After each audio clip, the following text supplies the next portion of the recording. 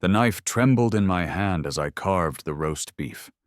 Not from fear, but from pure concentrated rage that had been simmering for 3 years. It was 11:47 p.m. Outside my pristine stainless steel prison, the world slept. Inside, I was preparing what would be Viktor Kozlov's final meal. A single drop of blood, bright red and offensively alive, fell from a fresh cut on my knuckles. It landed on the rich, dark crust of the beef, a tiny rebellion on a platter of submission. I wiped it away with the edge of my apron, my movements precise, economical. Waste nothing. Not a motion, not a thought, not a drop of hatred. 3 years. 1,095 nights of this. Of chopping and searing and plating for the man who stole my sister. The rhythmic thump, thump, thump of the carving knife against the board was the only music I had. It was a war drum, flash, the searing Afghan sun, the smell of dust and cordite. My rifle is hot in my hands, but the field kitchen is my real battle station. I'm Chef Marcus Romano, decorated Army specialist, keeping Bravo Company fed, keeping them human. A mortar screams. The world turns to fire and screams. I'm thrown against a supply crate, my ears ringing, my squad gone. I was the only one who walked away. A medal for surviving. They call it luck. I call it a curse. I arranged the slices of beef on the plate, fanning them out like a deck of losing cards. A sprig of rosemary for garnish. Presentation is everything, even for a monster. Especially for a monster. He appreciates the finer things, does Viktor. Fine food, fine clothes, and, once upon a time, my fine sister, Elena. Flash. A grainy photo on my phone. Elena, laughing, her head thrown back. She's standing next to a hulking man in a tailored suit, his arm draped possessively around her. Viktor Kozlov. He's different, Marcus, she'd told me, her voice shimmering with a naivete that broke my heart even then. He's protective. I told her men like that don't protect. They own. The borscht was next, a deep, bloody crimson, rich with beets and dill. I ladled it into a bowl, the steam rising to fog my face. For 3 years, they've watched me. 2 guards, silent as statues, posted at the kitchen doors. Every ingredient weighed, every spice checked, every dish tasted before it went upstairs. They were looking for poison, the clumsy, desperate kind. Cyanide in the soup, arsenic in the wine. The brute force solution of a broken man. They didn't understand. I wasn't broken. I was forged. The army taught me how to survive, how to turn the enemy's expectations into a weapon. They expected a chef, a victim. They never expected a strategist. Tonight I finally poisoned the borscht. But not with anything they'd find. Not with anything that would kill Viktor. Not tonight, anyway.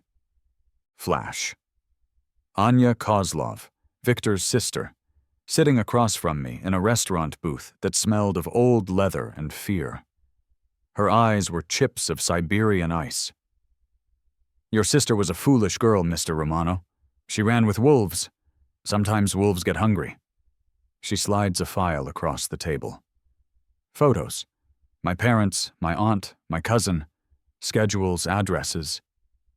Viktor has a delicate palate. He needs a personal chef. You will cook for him, or we will visit your family, and we will not be bringing flowers. A choice that was no choice at all. For months, I'd been working on tonight's real masterpiece. The final ingredient wasn't in the food. It was in me. I picked up the tray.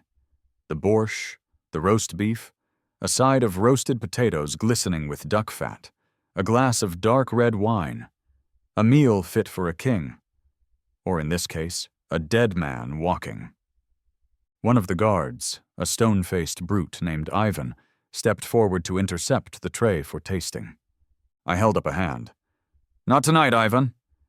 He grunted, his hand instinctively going to the Glock on his hip.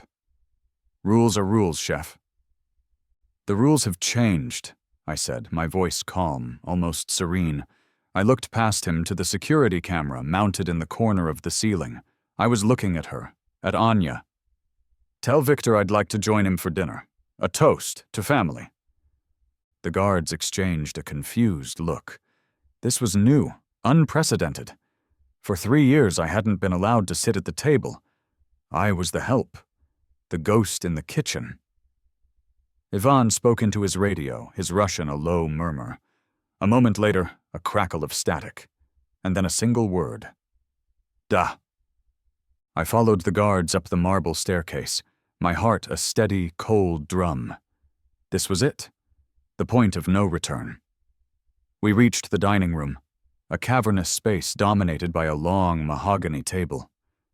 Victor sat at the head, a mountain of a man, his face flushed with arrogance and wine.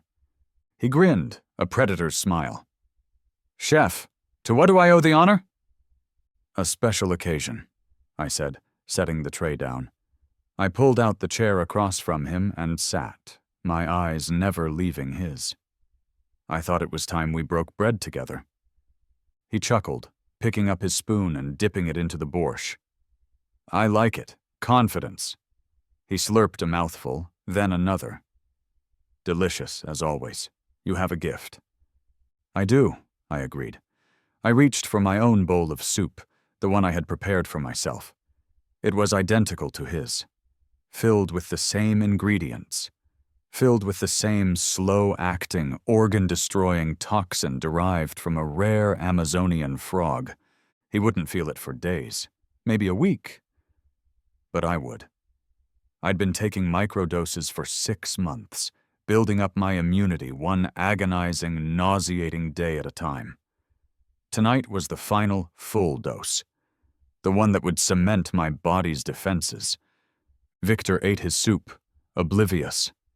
He thought he was the wolf. He thought I was the sheep. He had no idea that I was the shepherd, and I was about to lead the entire flock to the slaughter. I lifted my spoon. The first bite tasted like freedom. 3 years earlier, the phone call that shattered my life came on a Tuesday. I was trying to figure out my next move, my discharge papers still crisp in their envelope. The civilian world felt alien, too quiet. The call was from a friend of Elena's, her voice a panicked whisper. "She didn't come home last night, Marcus. She's not answering her phone. She was supposed to meet me. She was scared."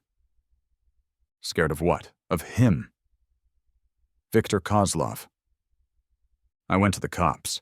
They took my statement with bored indifference. A pretty girl with a mobster boyfriend goes missing? Shocker.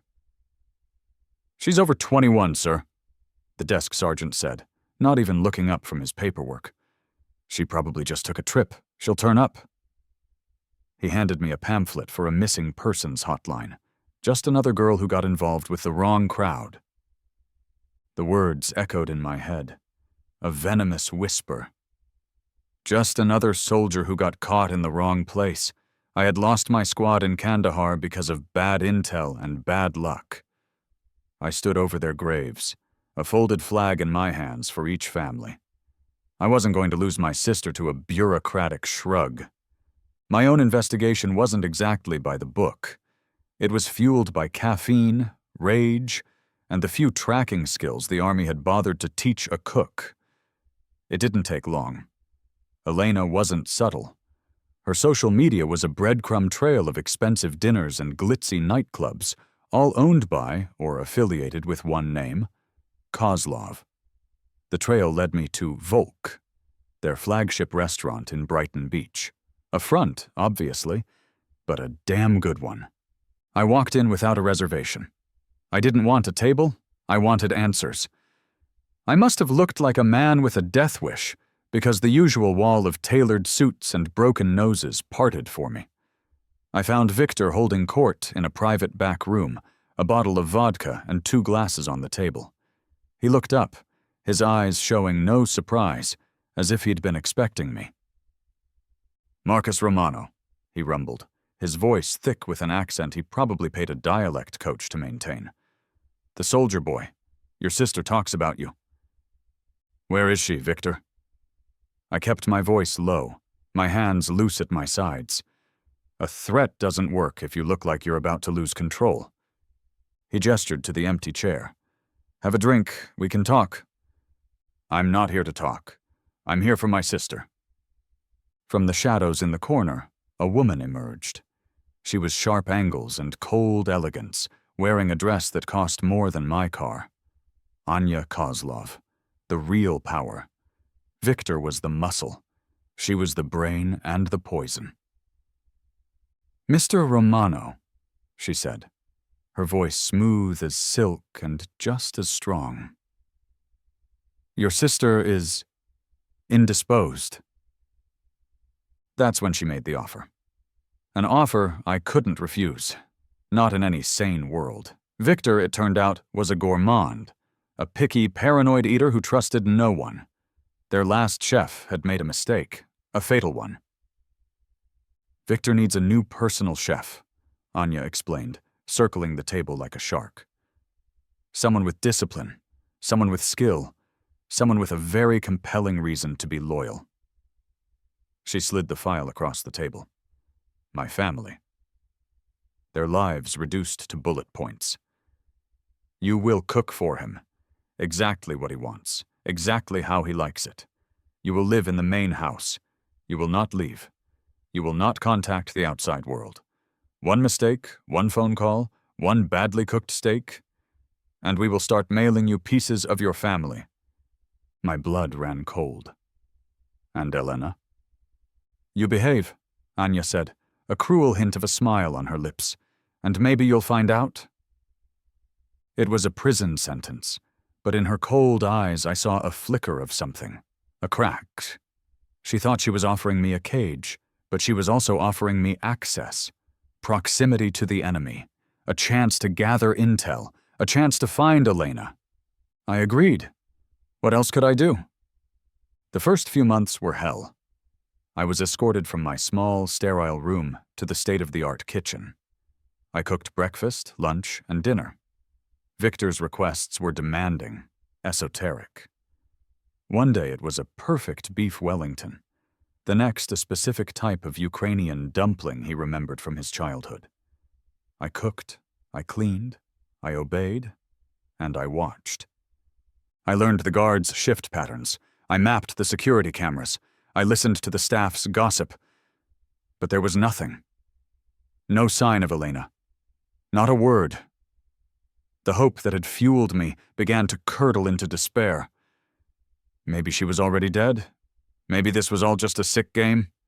Then, at the end of the first month, Anya summoned me to her office. She gestured to a laptop on her desk.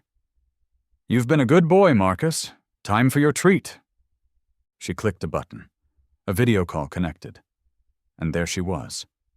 Elena. Her face was pale, thinner than I remembered, but it was her. She was sitting in a plain room, a blank wall behind her. "Marcus?" she whispered, her eyes wide with shock and fear. "Elena, are you okay? Where are you?" I'm okay," she said, but her gaze kept darting off-screen. "They're treating me well." "Just be a good chef, Marcus," Anya's voice purred from beside me. "Keep Victor happy, and your sister stays healthy. We'll have these little chats every month. A performance review of a sort." The call lasted less than a minute, but it was enough. It was proof of life. They were holding her somewhere else, a piece of living insurance. The despair in my chest was replaced by a cold, hard resolve. My mission parameters had just been updated. It wasn't just about escape anymore. It was about extraction. I would play their game, cook their meals, and bide my time. And when the moment was right, I would burn their whole world to the ground and walk out with my sister. I was wrong, of course. So very, very wrong. The first year was a masterclass in failure. I tried to escape twice. The first time was clumsy, an act of pure desperation. I tried to bribe a laundry service driver with the Rolex that Elena had given me for my 30th birthday. The driver took the watch and drove straight to Anya. The punishment wasn't for me. That would have been too simple, too merciful. Anya had me brought to the media room, a place with a cinema-sized screen and plush leather chairs. She didn't say a word.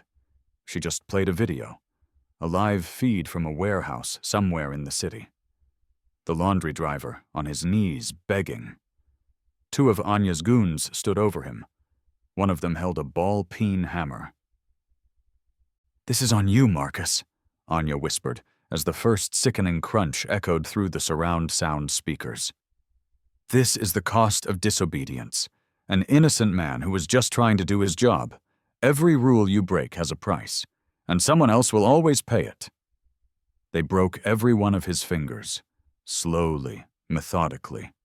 I threw up in a gilded trash can. The second attempt, 6 months later, was more sophisticated. I'd managed to map a blind spot in the perimeter fence's camera coverage, a 5-second window during the guard's shift change. I was halfway through the gap when the floodlights hit me. The punishment this time was a young woman, a barista from a coffee shop my parents frequented. I didn't know her. She didn't know me. It didn't matter. The video feed was just as high definition. The results were the same. After that, something inside me broke. Or maybe it was reforged.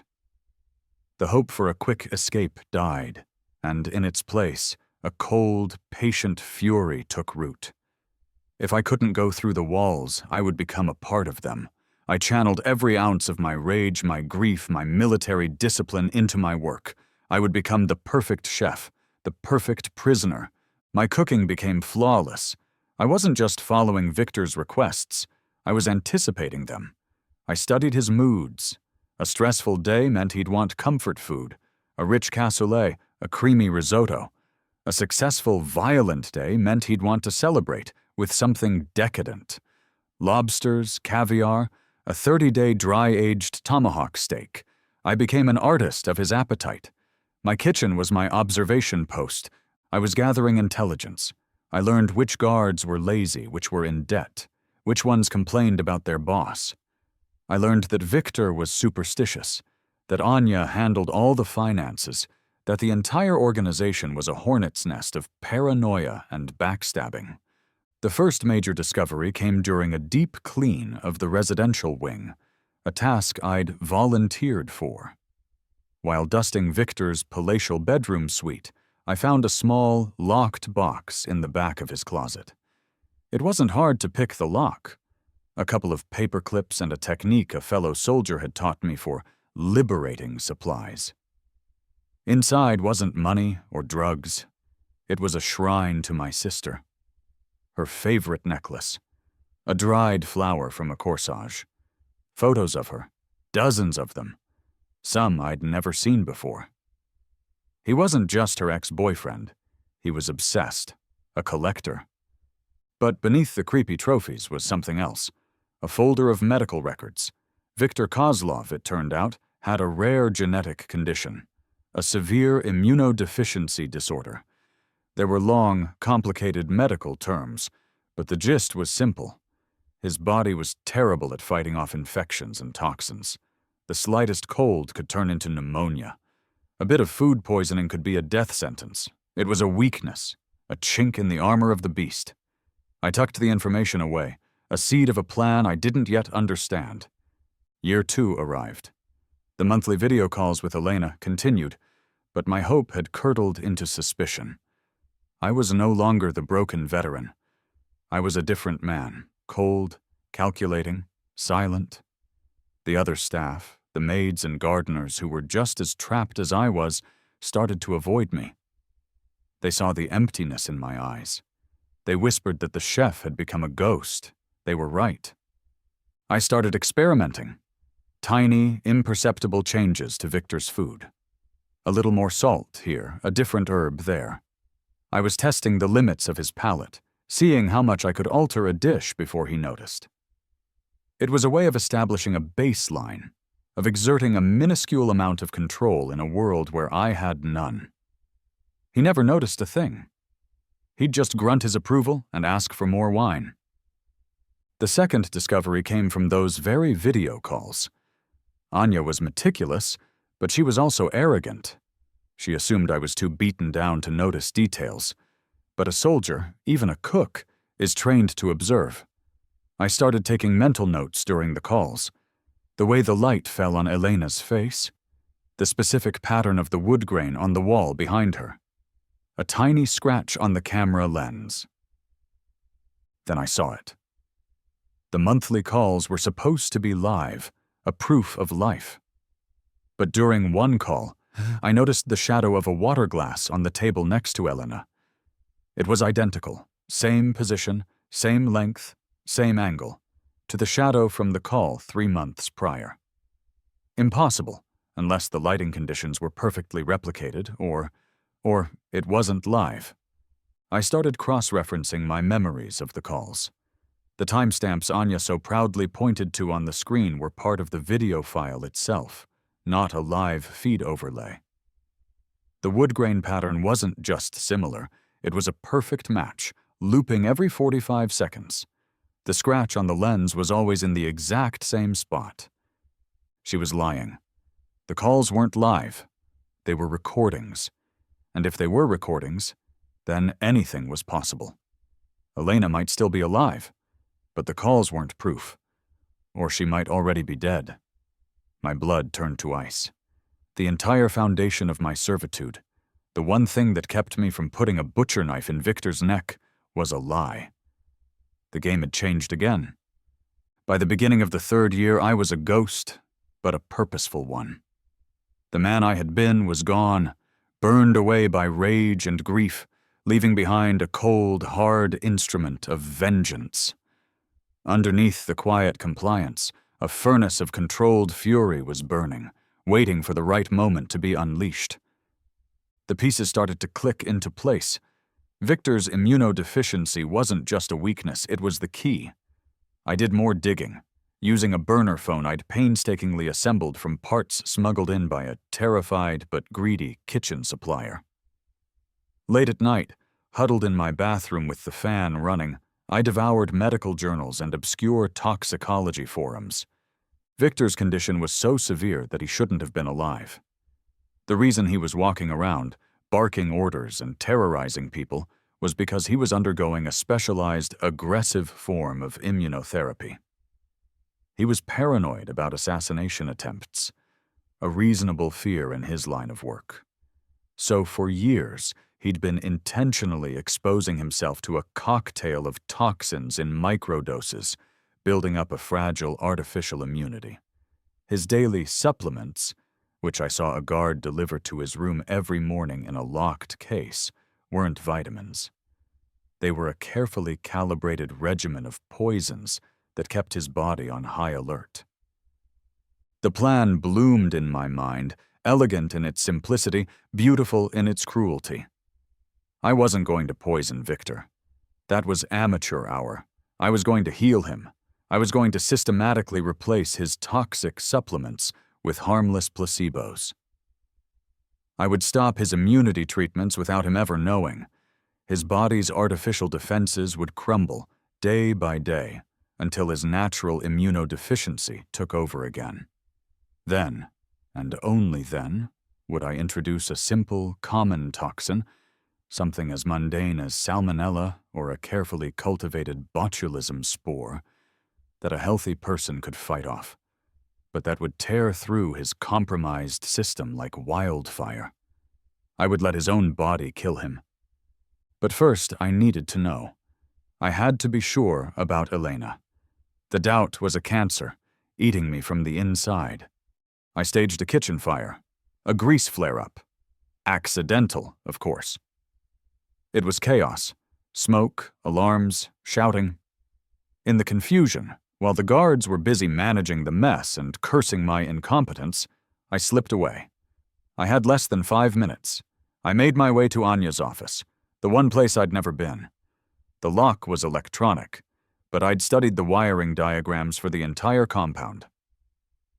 A small, focused electromagnetic pulse from a device I'd built from a camera flash, and a microwave capacitor fried the circuit board. The door clicked open. Her office was as cold and minimalist as she was. A large desk, a computer, a wall of monitors. I went straight for the computer. It was password protected, naturally. But Anya's arrogance was her weakness. Her password was Volk 1991, the name of her restaurant and the year the Soviet Union collapsed. Pathetic. I found the files in a hidden partition. Insurance. There were folders on a dozen families. And then I found the one labeled Romano. It contained the originals of the video calls with Elena. I clicked on the last one. The raw footage. It showed Elena sitting in that same blank room, delivering her lines. Then, a man's voice off camera says, "Cut, good enough." The camera pans away, and I see the truth. The room is a set, a small corner of a grim-looking concrete warehouse. And I see the date stamp from the camera's raw data feed. It was dated 2 years ago. I dug deeper. Financial records. A payment to a disposal company. A coroner's report, falsified to list her as a Jane Doe OD victim. And finally, a single, high-resolution photo. Elena. Lying on a concrete floor, her eyes empty. The rage that hit me was a physical force. It buckled my knees. I wanted to scream, to smash everything in the room, to hunt down Anya and Victor and tear them apart with my bare hands. The sound of footsteps in the hall shocked me back to reality. My discipline, the iron-hard conditioning of the military, slammed down on the inferno of my emotions. It didn't extinguish the fire, but it contained it, compressed it, turned it from a wildfire into a cutting torch. I slipped out of the office and back into the chaos of the kitchen, my face smudged with soot, playing the part of the flustered, terrified chef. No one suspected a thing, but everything had changed.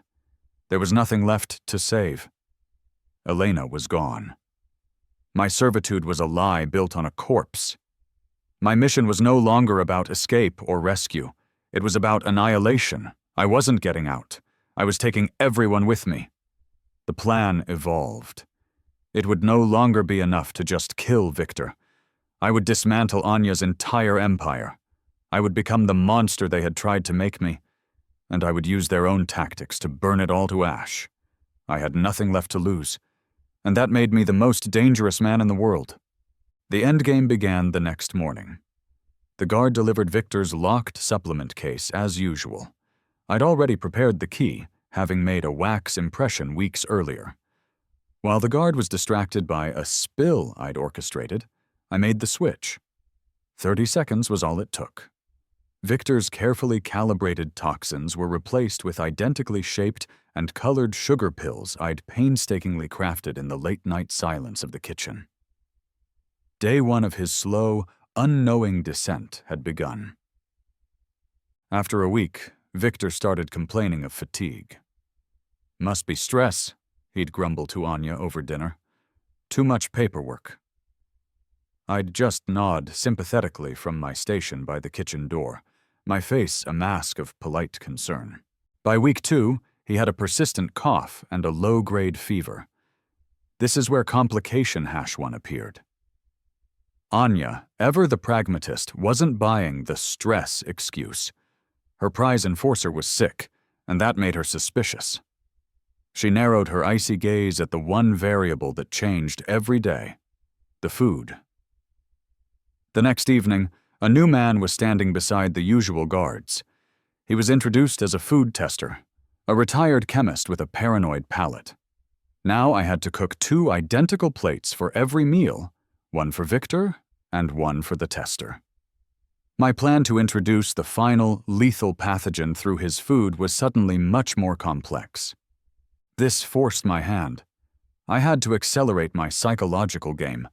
I started cooking meals designed to trigger memories, to soften him up. I made blini exactly the way his grandmother used to, a recipe I'd pieced together from his drunken ramblings. He ate them and grew maudlin. nostalgic, vulnerable. Then I'd serve a dish I knew Anya despised. A small act of culinary defiance that made Victor feel like we had a secret, a shared joke at his sister's expense. I was planting seeds of discord, watering them with soup and seasoning them with lies. I'd watch them argue over dessert, a small, cold smile on my face.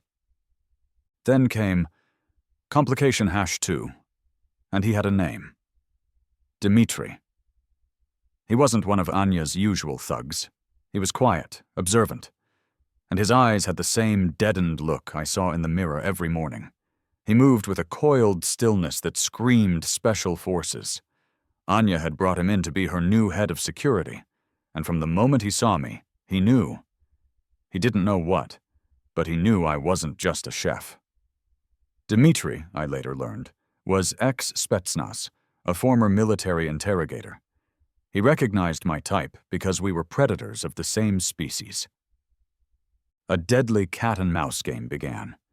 He'd appear silently in the kitchen, asking innocent questions about ingredients that weren't innocent at all. He'd accidentally knock over a container of flour just to see how I'd react to the unexpected. He was testing my discipline, my reflexes. I played the part of the meek chef, but we both knew what was happening. We were two soldiers circling each other, a silent battle of wits playing out over stovetops and cutting boards. He cornered me in the wine cellar one night. I was selecting a vintage for dinner. The door clicked shut behind me, plunging us into the cool, dim light. "You were military," he said. It wasn't a question. "Chef, U.S. Army," I replied, not turning around, feigning interest in a bottle of Bordeaux. "You carry yourself like an infantryman," he pressed. "Too much discipline for a cook. The Army has a way of leaving its mark," I said, finally turning to face him. "Same as the Spetsnaz, I imagine." His eyes narrowed. That was my mistake, acknowledging what he was. The pretense was over. He lunged, not with a clumsy haymaker, but with a trained, precise motion, a knife appearing in his hand as if by magic. But I was ready. I had been ready for 3 years. His lunge was fast, but my reaction was faster. I used the heavy wine bottle in my hand to block the knife thrust, smashing it against his wrist. He grunted in pain as the bottle shattered. I didn't hesitate. I drove the jagged neck of the bottle into his throat. There was a horrible, wet, tearing sound. His eyes went wide with shock, and he collapsed, gurgling, into a rack of priceless French wine. Red liquid, his and the Merlot's, pooled on the stone floor. It was the first time I had killed a man since Kandahar. It felt sickeningly familiar. I had to be quick. I dragged his body to the bottom of the cellar's steep staircase, arranging him to look like he'd slipped and fallen on the bottle he was carrying. An accident. It was flimsy, but it was the best I could do. I got back to the kitchen just in time to serve the main course. Anya bought the accident story, but her suspicion of me tripled. Dmitri had obviously shared his concerns. Now her eyes followed me everywhere. The hunter had become the hunted. But Dmitri's death gave me an opportunity. I palmed his phone before I left the cellar. His passcode was his daughter's birthday, a detail I'd overheard him mentioning. In his encrypted messages, I found what I was looking for. The location where Elena was killed. A decommissioned meatpacking plant by the docks. But there was more. Files, names, photos, other families, other insurance policies. Anya hadn't just done this to me. It was her business model. She found powerful men with weaknesses, then found people they loved and turned them into leverage. My sister wasn't the first. There were at least 5 others. My personal vendetta had just become a crusade. I wasn't just avenging Elena anymore. I was avenging them all. Victor's health was in a free fall. His carefully constructed wall of immunity was gone, reduced to rubble by my placebo offensive. He was a walking ghost, pale and sweating, with a rattling cough that echoed through the cavernous house. The end was near. I was preparing to introduce the final ingredient, a potent strain of botulinum toxin I'd cultivated in a sealed jar hidden in the back of a walk-in freezer, when Anya threw a wrench in the works. "Victor is too sick," she announced at breakfast, pushing away her own untouched plate. "We're bringing in my personal doctor this afternoon. And you," she said, pinning me with her glacial stare, "your services will no longer be required after tomorrow. We'll be finding a replacement." A death sentence, delivered as casually as a change in the menu.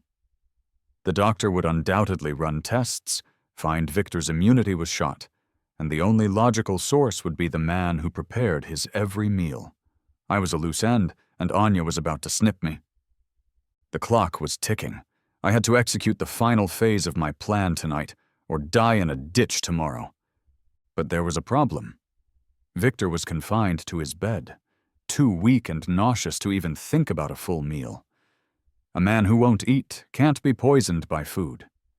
It was a simple, infuriating logistical nightmare. I needed him conscious. I needed him at the dinner table. I needed him to eat. So I improvised. I requested an audience with Victor, claiming I had prepared a special, restorative broth that would help him regain his strength. The guards, seeing him so weak, allowed it. I found him propped up on a mound of silk pillows, looking pathetic. "You look terrible," I said, setting the tray with the steaming bowl of broth beside his bed. He managed a weak glare. "Get out." "In a minute," I said, pulling a chair close.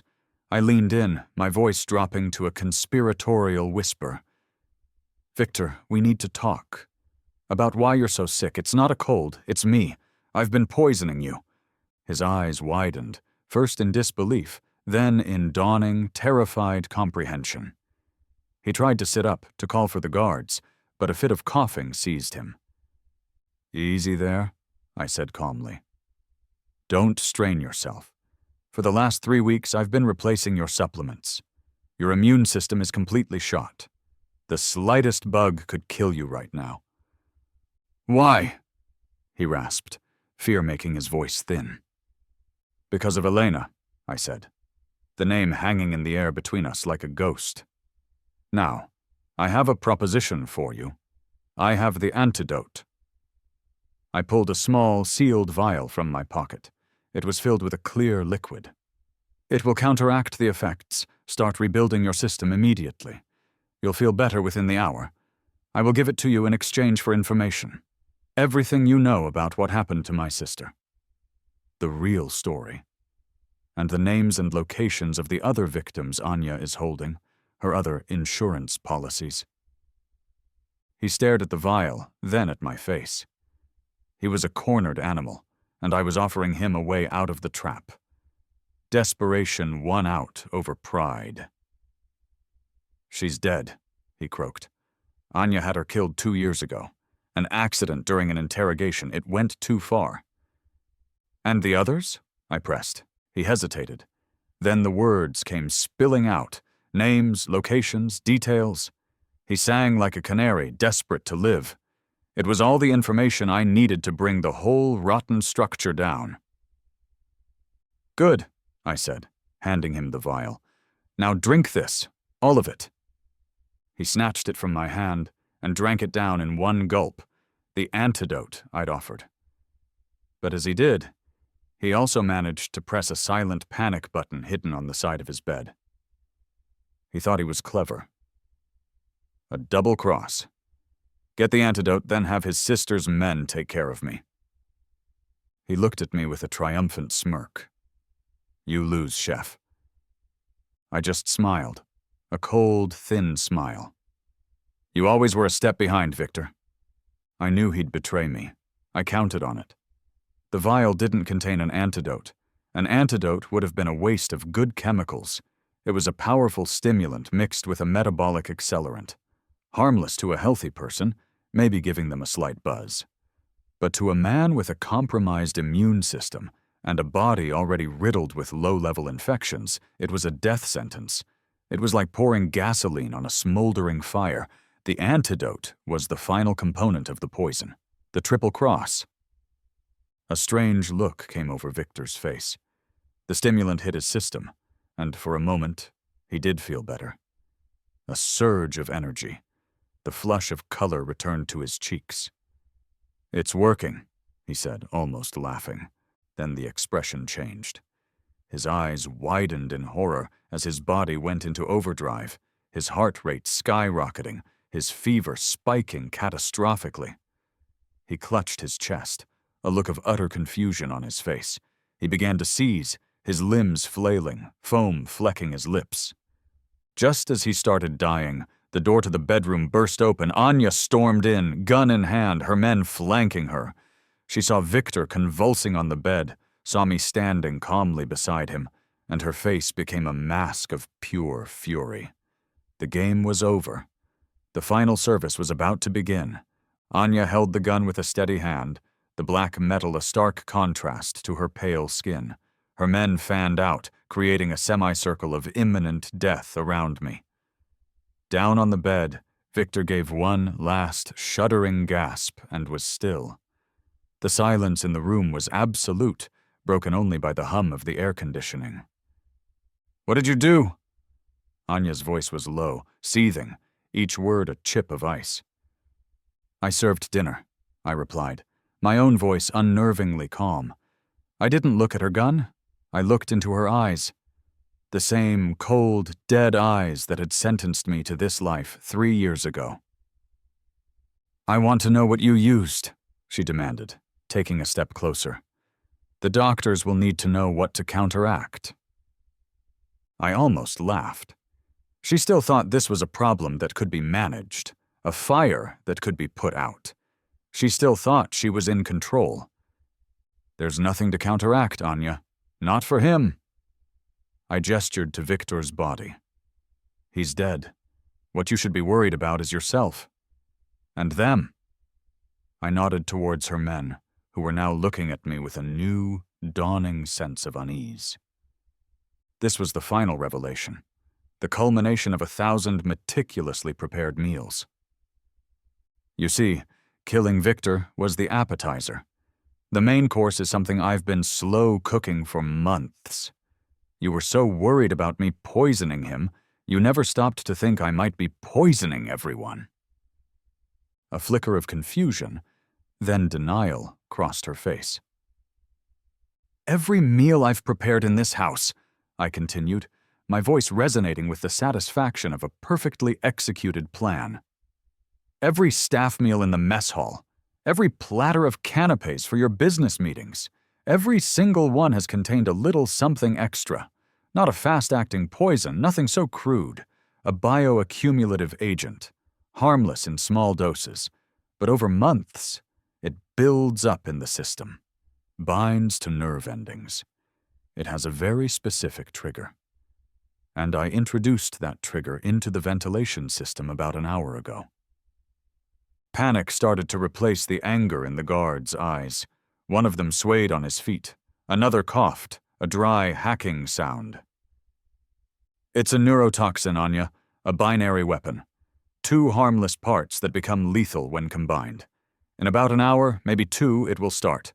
Paralysis, respiratory failure. It's not a pleasant way to go." I savored the horror dawning on her face. "You built this house on secrets and fear. I'm just liquidating your assets." "The antidote," she snarled, the gun wavering for the first time. "You have it." "I do," I said. I reached slowly into my chef's jacket and pulled out a single auto-injector, holding it up between my thumb and forefinger. "Here it is, the only one. Enough for one person." I tossed it onto the floor between us. It skidded across the polished wood, coming to a stop halfway between her expensive heels and my worn-out work boots. The choice was hers. Her life or the lives of her men. Her empire. Her legacy. Save herself and flee, letting her entire organization crumble and die around her. Or kill me, satisfying her need for revenge, and in doing so, ensuring her own agonizing death. It was the ultimate test of her character. Selfishness or spite, I saw the answer in her eyes.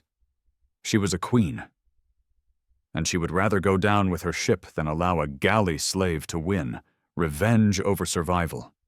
It was exactly what I had predicted. Her face twisted into a mask of pure hatred. "I'll see you in hell, chef." She raised the gun, her finger tightening on the trigger. I smiled. It was a genuine smile, the first one in years. I've already been there. As she pulled the trigger, I squeezed the small, concealed device in my left hand. A dead man's switch. For the last 6 months, I hadn't just been digging a tunnel. I'd been tampering with the gas lines that ran beneath the entire compound, rigging them to a series of remote detonators. The gunshot was the last thing I heard before the world erupted in a symphony of fire and thunder. The explosion was a physical blow, a concussive wave that threw me backward, away from Anya and her final, futile act of rage. The floor buckled. The walls screamed. I was already moving, scrambling through the smoke and chaos toward the wine cellar. This was the moment I had rehearsed in my mind 1,000 times. Flames licked at my heels as I descended into the cellar. The great racks of wine had collapsed into a funeral pyre of shattered glass and burning history. At the far end, behind a false wall of stone and mortar, was my escape route. A tunnel. It had taken me over a year of nights, armed with nothing but a spoon, a small trowel, and sheer, bloody-minded determination to dig it. It was narrow, claustrophobic, and smelled of damp earth and vengeance. I crawled inside, pulling a makeshift cover over the entrance just as the cellar ceiling gave way in a roar of collapsing masonry. I emerged miles away, in a thicket of woods bordering a disused service road. I was wounded, burned, and bleeding, but I was alive, and I was free. Before I set my final plan in motion, I had sent a package to a contact at the FBI, a reporter I'd vetted from my time in the service. It contained everything. Dimitri's phone, copies of the files from Anya's computer, a detailed breakdown of her entire operation, and the locations Victor had given me. Evidence that would not only expose the Kozlov network, but lead the authorities to the other victims, the other families trapped in Anya's web. I had destroyed the hornet's nest, but I'd also left a map for the exterminators. As I drove away in a stolen car, the glow of the burning compound reflecting in the rearview mirror, the true cost of my freedom began to settle in. The adrenaline faded, replaced by a hollow, aching void. I had won. But what had I become? To bring down the monsters, I had become one myself. The other staff, the maids, the gardeners, the kitchen hands who were prisoners just like me, they were all dead, collateral damage. Pawns I had sacrificed without a second thought to checkmate the queen. I had told myself it was for Elena, for justice. But somewhere along the way, it had become about the cold, satisfying calculus of destruction. I was a killer who used strategic planning and innocent people to achieve my objectives. The uniform was different, but the job description was the same. Days later, after the news reports had died down and the Kozlov Empire was officially declared decapitated, I found the place. The meatpacking plant was a derelict ruin, but I found the spot from the coordinates on Dimitri's phone. A patch of disturbed earth behind the building. There was no headstone, no marker, just frozen mud and weeds. I left a small bouquet of white lilies, her favorite. "I'm sorry, Elle," I whispered to the cold ground. "I did what I had to do. I'll try to find a way back, to be someone you wouldn't be ashamed of." But the words felt like a lie. The man who could find redemption had died in that compound too. I turned to walk away, the collar of my jacket pulled up against the biting wind. A figure detached itself from the shadow of a nearby derelict truck. A young woman. She was watching me. My hand instinctively went to the knife I now carried tucked in my belt. "Marcus Romano?" she asked. Her voice was steady, without fear. "Who's asking?" "My name is Maria," she said, stepping closer. "Elena was my best friend. I've been tracking the Kozlovs for years, trying to find a way to get to them. Then, you happened." She looked past me, toward the unmarked grave. "I know what you did, how you did it." I stood there, silent, waiting for the other shoe to drop, the accusation, the threat. But it never came. Instead, she looked at me with an unnerving intensity, a look of cold, hard appraisal. "The Kozlovs aren't the only ones," she said. "There are other families like them. Other organizations that use people as leverage. I have a list. But I'm just a researcher. I don't have your particular set of skills." She paused, letting the proposition hang in the frigid air. "I need a chef." I looked at Maria, this ghost from my sister's past offering me a future I never wanted. Then I looked down at my hands. The knuckles were scarred, the palms calloused from knives and fire. Hands that had created feasts and orchestrated death. I knew in that moment that there was no going back. I was trapped in a cycle of violence, my only purpose defined by the very skills that had imprisoned me. Cooking and killing. They were the only things I had left. I was no longer a victim or a hero. I was a weapon, and she was offering to aim me. I looked back at her, a bitter taste in my mouth. "What's on the menu?" I asked, knowing I'd already chosen my path.